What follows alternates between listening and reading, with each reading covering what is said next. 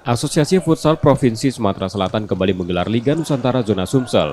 Rencananya Linus akan digelar di Lubuk Linggau pada 1 hingga 7 Maret 2023 nanti.